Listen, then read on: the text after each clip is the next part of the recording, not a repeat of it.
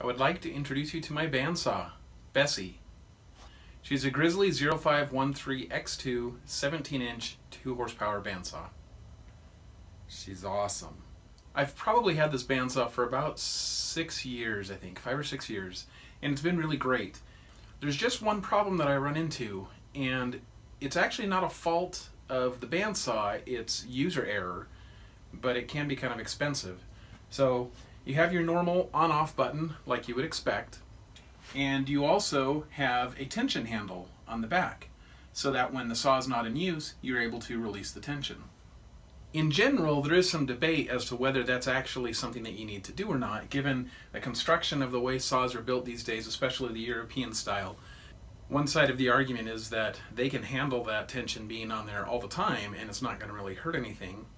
On that same side, I've heard people say that most bandsaw blades can handle the tension fine as well, and it's not going to hurt them and their welds aren't going to fail. I don't know which side of that argument is correct, but I just recently picked up a Timberwolf blade for Bessie, and I was reading through the instructions because I had heard that Timberwolf blades have their own process that you go through to properly tension the blade. And in the instructions, one of the things it mentioned was when the saw is not in use, to take the tension off.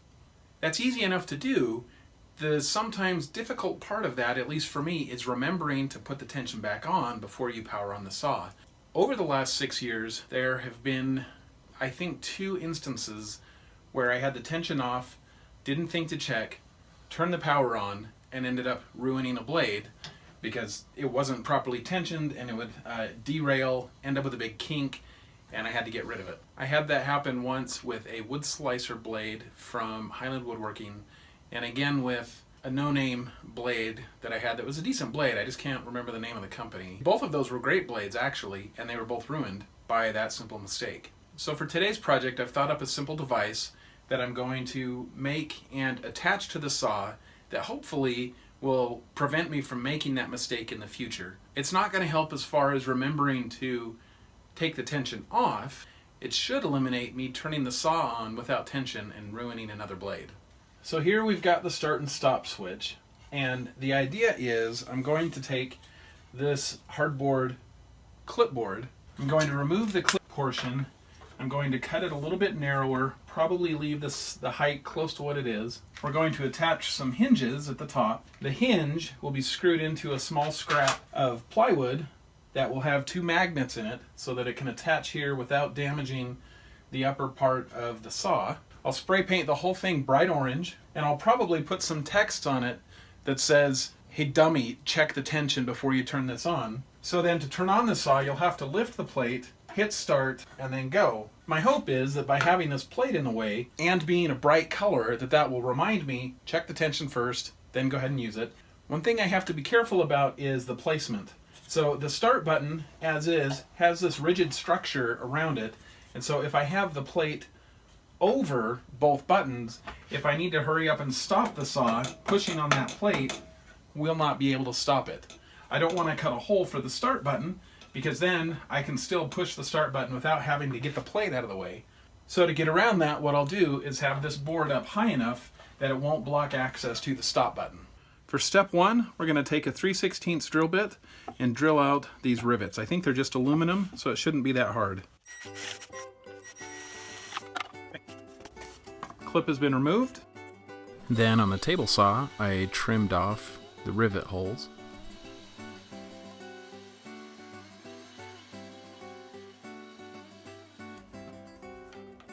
Then I took the blank over to the bandsaw and marked it for the height that I wanted.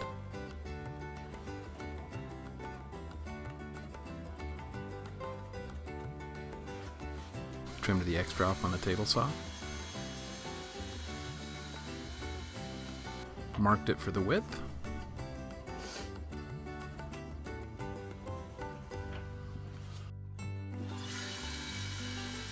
Trimmed that off on the table saw. And then I trimmed a 4-inch by about 3/4 inch scrap of plywood and drilled 2 12mm diameter holes to put the magnets in. A Forstner bit probably would have been better, but I don't have a 12mm Forstner bit. Then I marked the center line for the hinge and drilled pilot holes with a self-centering drill bit. Added the screws. I then added some thick CA glue to the 12mm holes I had drilled, and then pushed in the magnets. I gave it a quick spritz of CA accelerator, sanded down the rough edges,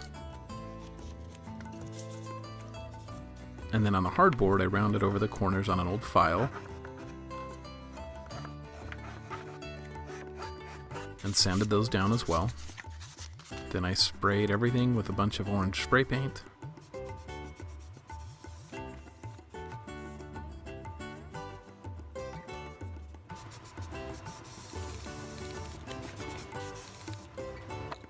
After the paint had dried, I centered the plate under the hinge, drilled some pilot holes, and then drilled 3/16 holes through the hardboard to accept 3/16 rivets.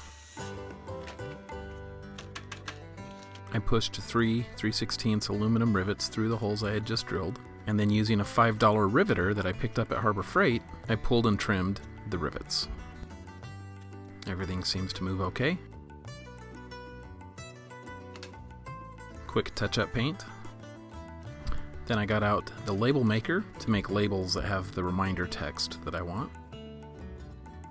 Then I centered those, placed them on the board, and then cut off the excess.